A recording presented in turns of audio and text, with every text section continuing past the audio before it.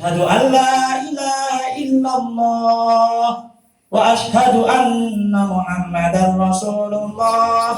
Allahumma salli wa sallim wa barik ala sayyidina Muhammad wa ala ali sayyidina Muhammad kama shallaita wa sallamta wa barakta ala sayyidina Ibrahim wa ala ali sayyidina Ibrahim fil alamin innaka Hamidum Majid. Allah Ta'ala fil Qur'anil Karim. A'udzu billahi minasyaitonir rajim. Bismillahirrahmanirrahim. Iyyaka na'budu wa iyyaka nasta'in. Iyyaka na'budu wa iyyaka nasta'in. Iyyaka na'budu wa iyyaka nasta'in. Qala Nabi sallallahu alaihi wasallam, la yazalu abdi yataqarrabu ilayya bin nawafili hatta ahbabtuhu wa kuntu sam'ahu alladhi yusmi'u bih wa kuntu basarahu alladhi yubsiru bih wa kuntu yadahu allati yabtishu biha au kama qala ja'a bil hadis. Alhamdulillah, ini temanya ini adalah tolak melarat. Yang pingin melarat katakan saya. Yang nggak pingin melarat katakan saya. Semuanya ngomong saya. Karena nggak ada yang mau. Nah, ternyata melarat itu bisa ditolak. Kata beliau, Ustadz Sempono bilang, ya kan? Tolak melarat cido suge. Nah, ini resepnya tolak melarat cido suge. Jadi sukses itu adalah hak semua manusia, hajat semua manusia. Tapi kenyataannya tidak semua manusia bisa sukses, karena dia nggak tahu cara nolaknya. Kalau udah dikasih apa ditolak Ustaz? Ya diterima, habis itu dikembalikan. Ada caranya? Ada. Karena di dalam Al-Quran surat Al-Fatihah mengatakan iyyaka na'budu wa iyyaka nasta'in. Melarat itu apa sih melarat? Melarat itu punya sesuatu tapi tidak bisa gunakan, atau tidak punya sesuatu nggak bisa gunakan karena nggak punya. Man faqidu syai' lam yu'ti. Orang itu nggak bisa ngasih karena nggak punya. Tapi ada Pak, orang nggak punya bisa ngasih. Gimana caranya? Ya tadi, iyyaka na'budu wa iyyaka nasta'in. Kita ini sudah nyembah Allah siang malam, sujud, bersyukur, taubat, memohon, terus begitu. Mintanya apa? Ya ujung-ujungnya Rabbana atina fid dunya hasanah wa fil akhirati hasanah wa qina adzabannar. Walaupun istrinya Mbak Hasanah, dunianya belum tentu hasanah. Betul enggak? Betul. Siang malam ujung-ujungnya kita minta itu enggak? 5 waktu, bahkan yang enggak tahu waktu juga minta itu.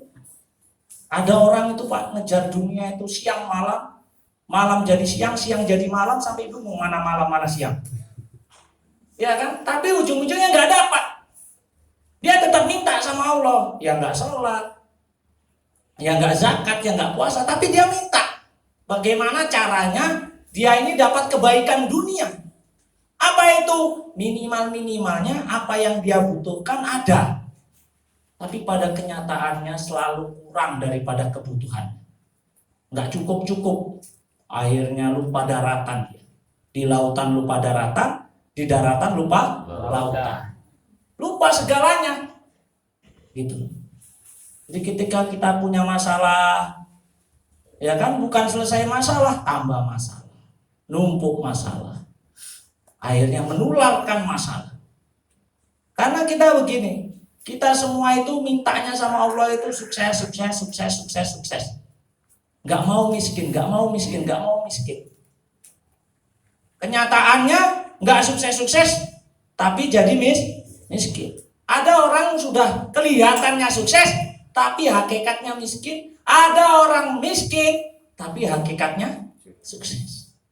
Nah, gimana caranya? Yang pertama, kerjakan sesuatu yang menjadikan Allah Maha Pemberi itu memberikan sesuatu yang kita butuhkan, bukan yang kita inginkan. Kalau yang kita inginkan banyak yang diinginkan istri banyak, ya kan? Seumpama kalau disebutin satu-satu, sampai ada iklan jarum super itu kan, Dek, kamu minta apa aja akan aku turuti. Ya kan? Sebutkan 3 perkara, mintanya apa saja sebutkan 3 perkara. Sekali diminta stres dia. Begitu juga istri ini permintaannya banyak. Kalau dia ungkapin, wah kacau kita, bisa stop kita. Tapi karena istri kita tahu dengan keadaan kita, dia bisa nahan apa yang dia inginkan. Karena dia tahu kebutuhan suami. Nah, gimana caranya? Minta sama Allah. Tat, saya sudah minta. Mungkin dosisnya kurang tepat. Umpama sudah minta siang malam, tapi sholatnya masih bolong-bolong. Nah, ini resep dari saya, ada 5 perkara yang menjadikan kita dikejar rezeki, bukan mengejar rezeki. Nah, ini polanya kita harus ganti nih. Bagaimana kita ini dikejar rezeki, bukan kita yang mengejar rezeki. Pak, kamu kemana Pak? Saya mau cari rezeki. Emang ada yang buang rezeki? Nggak ada, kita cari-cari gitu di pinggir jalan, di mall, di mana aja, nggak ketemu. Karena nyari. Kalau ditanya, Pak kemana Pak? Saya mau jemput rezeki. 5 perkara itu apa? Yang pertama,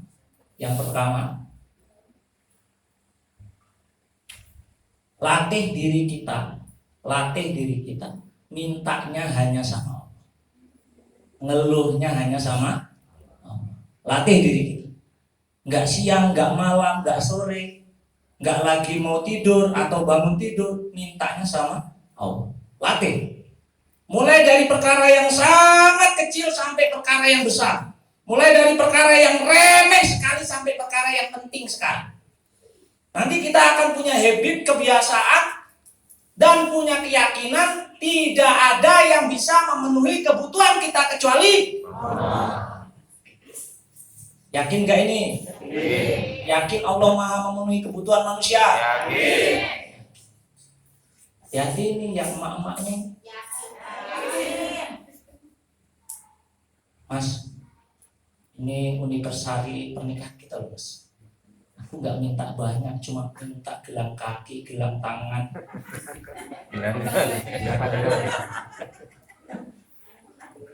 Suaminya baru dengar gitu udah gini. Gimana deh, di jaringannya Mas truk semua.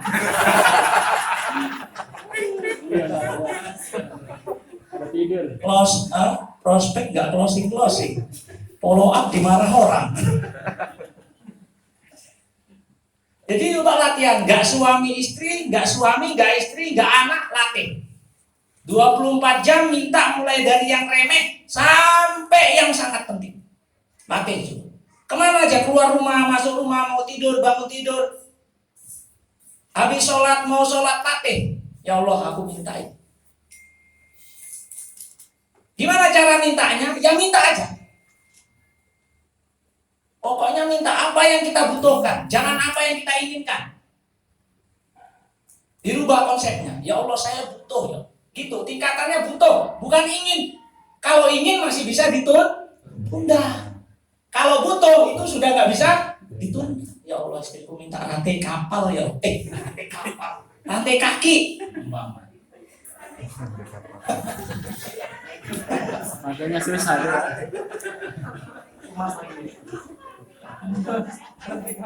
Nah itu coba latih, minta. Umpamanya ibunya mau masak, cabenya habis, ya Allah, cabenya kok habis. Keluar rumah lihat pohon cabai, ya Allah, kok belum deko farming ini, nggak ada buahnya. Ya Allah, datangkan cabai. Gitu coba latihan. Walaupun harus ke pasar juga beli cabai.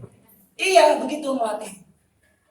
Karena kalau itu menjadi habit, maka kita akan punya keyakinan yang kuat tanpa ragu, tanpa bisa digeser apapun. Semua kebutuhan kita yang bisa memenuhi hanya Allah. Kan kita sudah masrahkan. Inna sholati wa nusuki wa mahyaya wa mamati lillahi rabbil alamin. Ingat nggak ini? Kan kita sudah masrahkan sama Allah, hidupku, matiku ya Allah lillahi rabbil alamin, hanya kepadamu ya penguasa semesta alam. Jadi Bapak Ibu sekalian, tolak melakatnya pertama adalah selalu meminta kepada Allah full time 24 jam, mulai dari kebutuhan yang remeh sampai kebutuhan yang sangat penting. Yang diminta apa Ustaz? Bukan keinginan, tapi kebutuhan. Kalau keinginan itu polanya bisa ditunda. Ini penting ini. Ya Allah, saya ingin Pajero, tak kapan Pajeronya? Nanti wahai hambaku tak kasih Pajero, tunggu tuwek. Tunggu tuwek. Pas ngantar ke rumah sakit doang gitu mah. Baru punya Pajero. Iya enggak? Iya, ya Allah, saya butuh Pajero ya Allah. Mintanya harus jelas. Kalau minta sama Allah harus jelas, harus detail. Emang Allah enggak maha tahu? Maha tahu. Cuma alangkah baiknya meminta sesuatu itu detail. Ini pengalaman saya, kalau minta sesuatu itu detail saya. Ya Allah, memang saya minta ya Allah. Saya sudah layak, saya sudah butuh dengan Pajero. Pajero itu mereknya Pajero, penak jobo jeruk. Karena hari ini banyak yang punya Pajero, tapi panas jobo jeruk. Iya kan? Punya Pajero juga, tapi panas jobo jeruk. Jadi saya minta ya Allah, saya minta Pajero penak jobo jeruk, banyak pak besar-besar ya Allah, ada kaca di atapnya.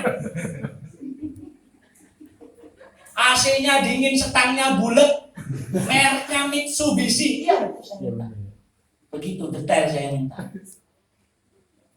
Nah, itu polanya. Jadikan permohonan itu energinya kebutuhan, bukan keinginan. Mintanya kapan? 24 jam. Walladzina jahadu fina lanahdiyannahum subulana innallaha lama'al muhsinin.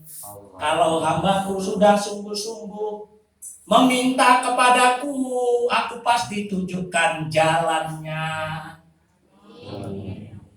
Jadi kenapa kok kita ini mau prospek kok teteng ini?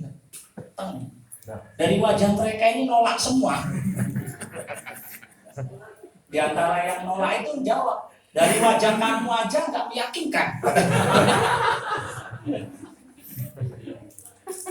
Makanya kita harus yakin, apa-apa itu harus yakin gitu loh. Namanya yakin sesuatu yang belum terjadi itu sudah ada dalam hati kita.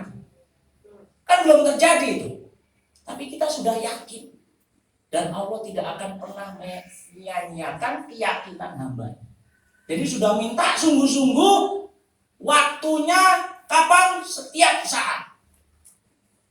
Dan cara mintanya kepada Allah, pertama, puji Allah itu sehabis-habisnya. Habis-habisan puji Allah, ya Allah, Engkau maha kaya, ya Allah, Engkau maha pengasih, ya Allah, Engkau maha penyayang, ya Allah, Engkau maha dermawan, ya Allah, Engkau maha menciptakan, ya Allah, Engkau maha memberi rizki, ya Allah, Engkau maha segalanya. Ya Allah, aku minta hanya sebagian kecil sekali dari kekayaanmu ya Allah. Minta itu.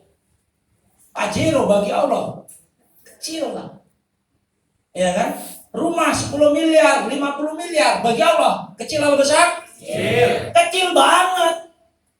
Kalau nggak puas dengan banget pakai bingit lah. Kecil bingit gitu. Kecil karena nggak ke Allahnya saja, ke kitanya. Rumah 10 miliar sama rumah 50 miliar, kalau kita naik pesawat di atas kita lihat sama apa? Beda. Sama, udah kayak kardus disusun. Iya kan? Itu jadi kita minta itu jangan penuh keraguan, ya Allah, puji Allah sehabis-habisnya. Sebut dari perkara yang kita butuhkan, mintanya yang kita butuhkan, bukan yang kita inginkan. Jadi tingkatan kebutuhannya itu melebihi daripada keinginan kita. Minta. Dan Allah berfirman dalam hadis qudsi, aku cemburu kepada hambaku yang mengadukan nasibnya kepada manusia sementara dia tahu aku maha kaya. Bayangin. Aku cemburu kepada hambaku yang mengadukan nasibnya, ngeluh aja, ngeluh tingkat lorong, ngeluh tingkat komplek, ngeluh tingkat RT naik ke desa, ngeluh ya, nanti ngeluh sampai Dewan Perwakilan Rakyat, ngeluh, ya, nggak akan terbukti, nggak akan terwujud karena yang kaya itu hanya satu, siapa? Allah. Dan memang terbukti permohonan kita berupa rumah umpamanya, ya kan? Bagi Allah itu kecil banget. Allah aja menyiapkan tempat yang namanya surga. Itu suatu hari Jibril ini saking kayanya Allah, saking hebatnya Allah menciptakan sesuatu di luar dari otaknya manusia. Wala ainun ra'at wala udhunun sami'at wala khatara ala qalbi bashar. Malaikat Jibril bertanya, ketika malaikat Jibril baru diciptakan Allah, malaikat Jibril itu tingginya malaikat Jibril, ya kan, kita belum pernah lihat, ya kan, belum pernah kenalan, ya kan, belum pernah berkawan, ya kan, tapi harus tahu cerita Jibril. Jibril itu besarnya, itu kepalanya di aras, kakinya di 7 lapis bumi.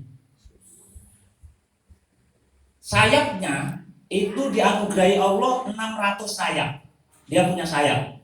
Satu sayapnya, lebarnya, tempat terbitnya matahari dan tenggelamnya matahari itu terbenam, tertutup.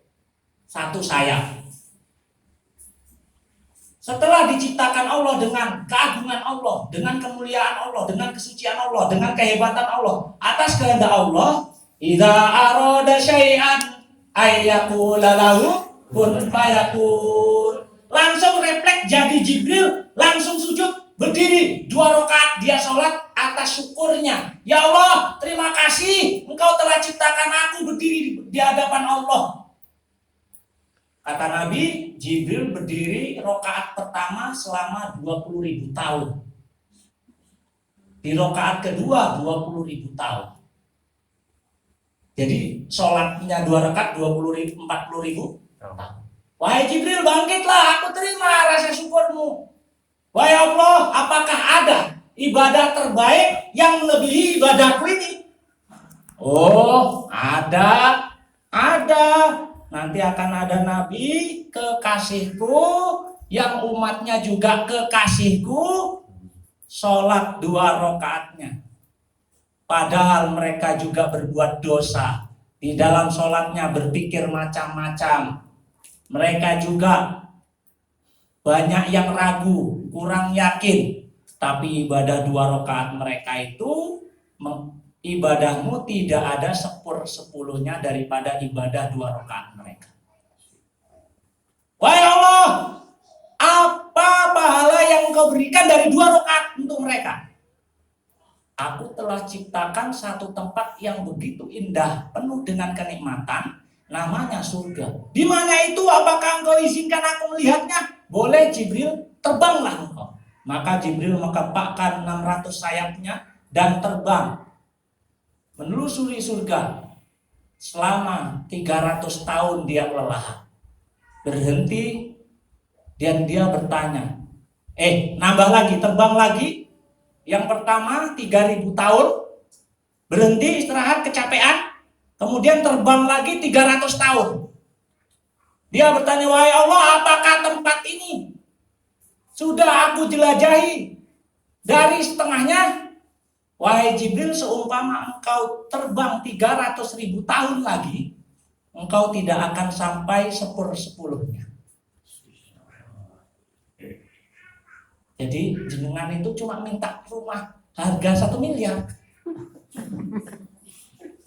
Allah aja nyiptakan surga yang seluas itu, makhluk yang sebesar itu, gampang bagi Allah. Apalagi yang kita minta. Jadi nggak usah galau, nggak usah sedih, mintanya sama. Jadi ibu-ibu sekalian, emak-emak sekalian, bunda-bunda sekalian, mami-mami sekalian, bebek-bebek sekalian. Mana tahu ada yang papinya manggil Dad gitu, ya kan? Istrinya manggil Bob.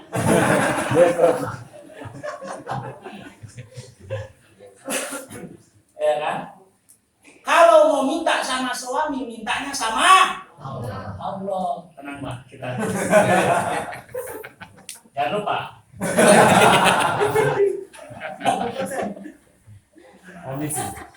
Jadi mintanya sama siapa? Ibu? Allah. Ya Allah. Tapi cara mintanya saya kasih tahu. Suami lagi makan, ibu sedang nyuci piring. Ya Allah, ini hari ulang tahun pernikahanku, minta emas ya Allah.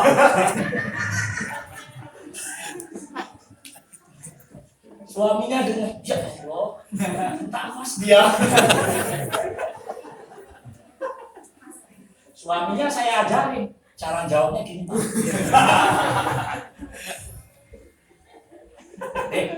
Kamu itu kalau mau minta itu gak usah pakai sandiwara, minta aja ke aku. Sebelum aku kasih aku tanya.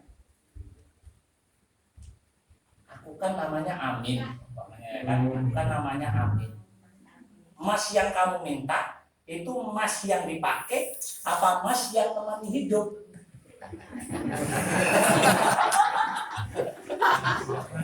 Karena aku sebaik-baiknya Mas Amin.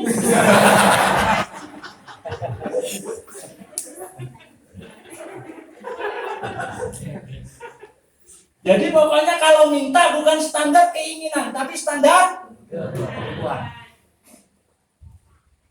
Itu yang pertama ya, minta setiap saat dari perkara kecil sampai perkara besar. Yang perkara kecil apa? Umpamanya prospek mitra, ya kan? Closing prospeknya baru satu paket. Ya sudah, minta sama Allah standar kebutuhannya baru satu paket aja. Oh saya butuh ini 12 juta, berarti di closingkan security dia. Security.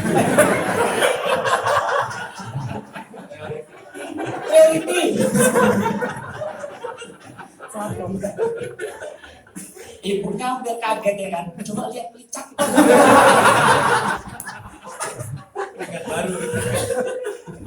Baru. Jadi kebutuhannya priority ya Allah, doa sungguh-sungguh ya Allah, closingkan priority ya Allah. Priority. Sungguh-sungguh minta. Menjadah. Yang pertama.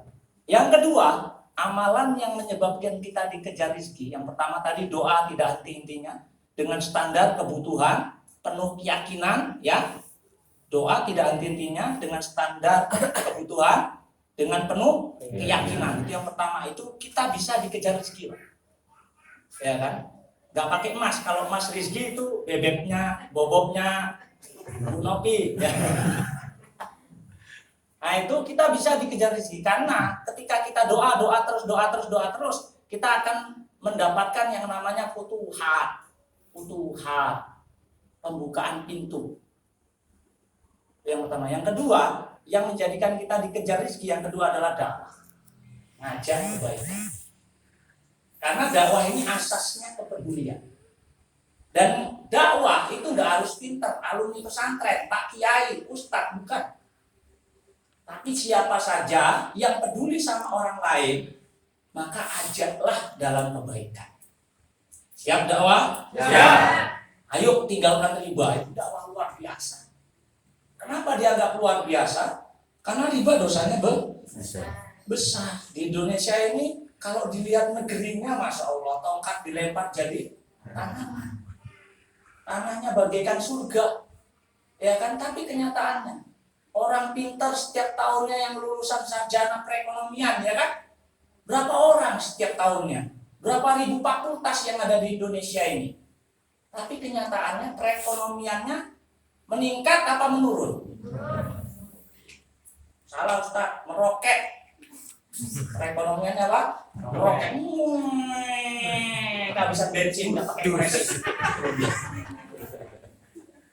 Gitu. Jadi dakwah itu bisa dilakukan di mana? Ada 3 perkara.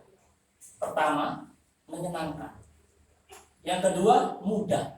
Yang ketiga, dapat pahala. Itu baru bisa kita lakukan. Kita anggap dakwah itu menyenangkan. Ngajak orang bebas riba menyenangkan nggak? Menyenangkan. Kalau senang ngajak orang bebas riba, ketika ditolak jangan sedih. Karena senang ngajak.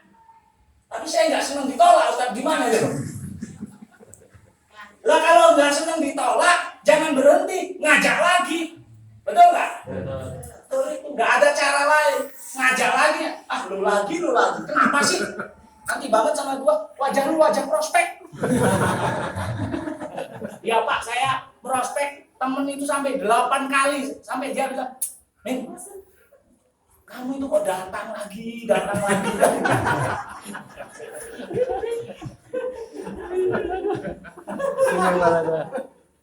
Sampai capek dia, Pak. Tenang bro, gua nggak bakal bicara bisnis sama lo ini datang yang ke-8. Jadi ngapain? Cuma kita informasi aja.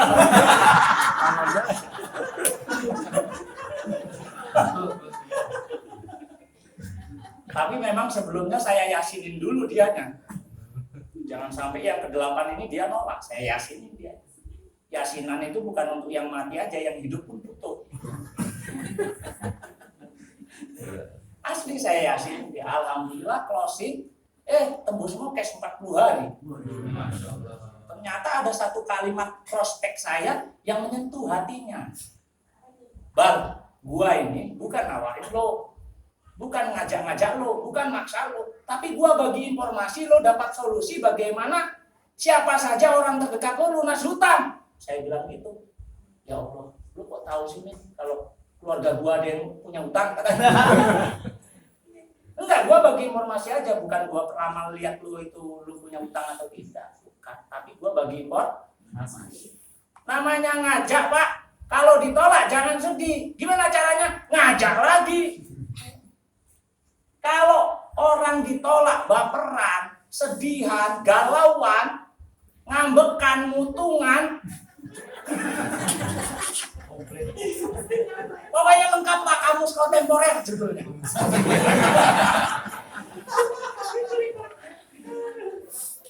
Ya kan, mutungan ya nggak bakal dikejar rezeki dia, karena dakwanya mutungan. Kalau mutungan Nabi, mutungan kacau ini nggak sampai Bekasi. Betul nggak? Diulang-ulang aja lagi saya ini. Dakwah itu biar kita mudah melakukan 3. Pertama, menyenangkan. Siap menyenangkan? Ya. Siap, walaupun yang mau diprospek itu jengkelin. Berbau prospek itu.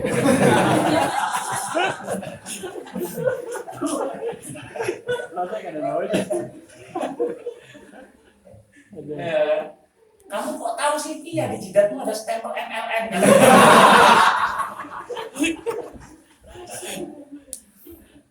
Jadi namanya dakwah itu menyenangkan, ditolak nggak ditolak tetap. Nah, ini kalau mau dikejar rezeki nih, ini ilmu tolak, lawan cidok. Ini pokoknya materinya lain daripada yang lain. Nggak kayak materi di masjid, nggak kayak materi pengajian pokoknya. Coba ini ada yang ikut esensi, ya. Yang tahu diem aja, yang tahu diem, biar ini menyenangkan. Ya. Yang bisa bilang kacang, moncongnya gini. Kacang, kata-kata kacang disebutkan kacang tapi mulutnya manyun, monyong. Coba. Ya.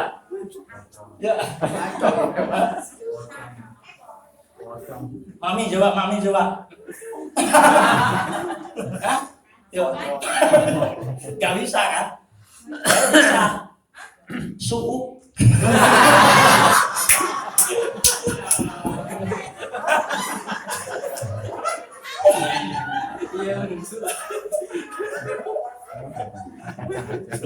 Tapi kalau sambil senyum itu kicing. Pokoknya kalau namanya niat dakwah itu harus menyenangkan, ditolak diterima harus senang. Jangan senangnya diterima. Saya juga gitu, senangnya diterima. Iya kan? Senangnya closing ya, saya juga sama, senangnya closing. Ditolak nggak usah baper, nggak usah sedih, nggak usah marah, ya kan? Nggak usah susah, nggak usah gelisah, gundah gulana, marah-marah, ya, ngomel-ngomel, bantah-bantahan, nggak usah. Ya dakwah lagi, gitu caranya. menyenangkan. Yang kedua, mudah. Lah, gimana caranya kita anggap kita bagi informasi? Assalamualaikum, bro, lu di mana? Gua di sini nih. Wah, mantap. Teruskan. Lu mau ngomong apa? Gak jadi. Penasaran ya?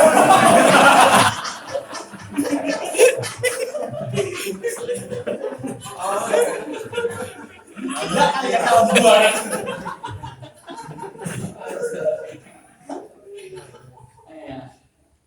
Jadi tinggal saya mau bagi informasi, tapi nggak nawarin. Loh, apa bedanya informasi sama nawarin? Ya kalau gua nawarin, lo nolak, gua sakit hati bro. Tapi kalau informasi terserah lu, mau ikut apa enggak terserah lu.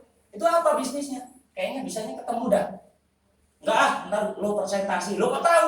Ya postingan Facebook lo.